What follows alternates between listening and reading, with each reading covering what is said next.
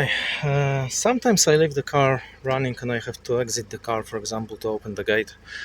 I want to have a solution to remotely turn the engine off. Here's the fuse panel,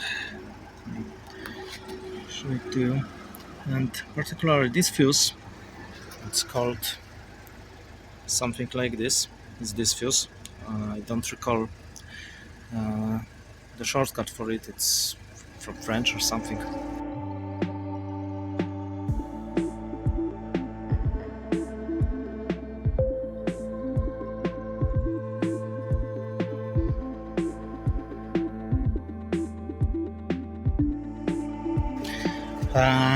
And when I disconnect this fuse, see, the engine dies. So let me, okay, I will install it right now. Let me just check on which pin there is a plus 12 volts, because one pin is the input and another pin is the output. Okay, it's hard to do with one hand, as always, but anyway, where is it? Okay, this is the input, as you can see. This is the output, and I already tested that there is no voltage here when the engine is turned off, when the ignition key is turned off. So let me turn it off. This is a receiver I bought. With a pilot like this.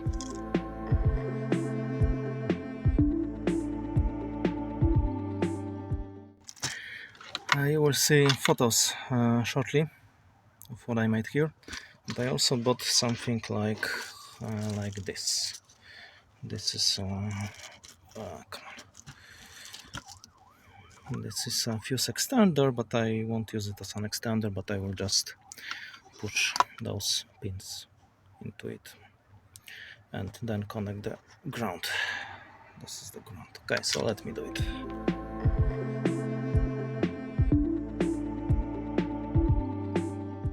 Just to show you that it does fit nicely here, right? Great.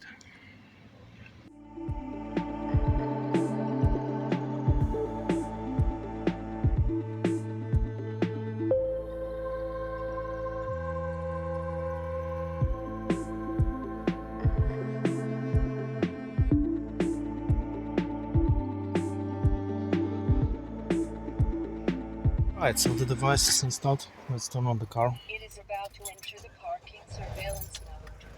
Let's wait for it to start everything. Okay, and now here's the remote control. What happens when I press this key? The car stops. And this one will allow me to, you can hear the relay clicking. And this one will allow me to start the car once again, but if I disable it and just turn off the key and turn it on back on, it will start. Why? That's because when the power is lost here, the unit resets itself. But yeah, so now let's put it tightly here and call it done. Thanks for watching.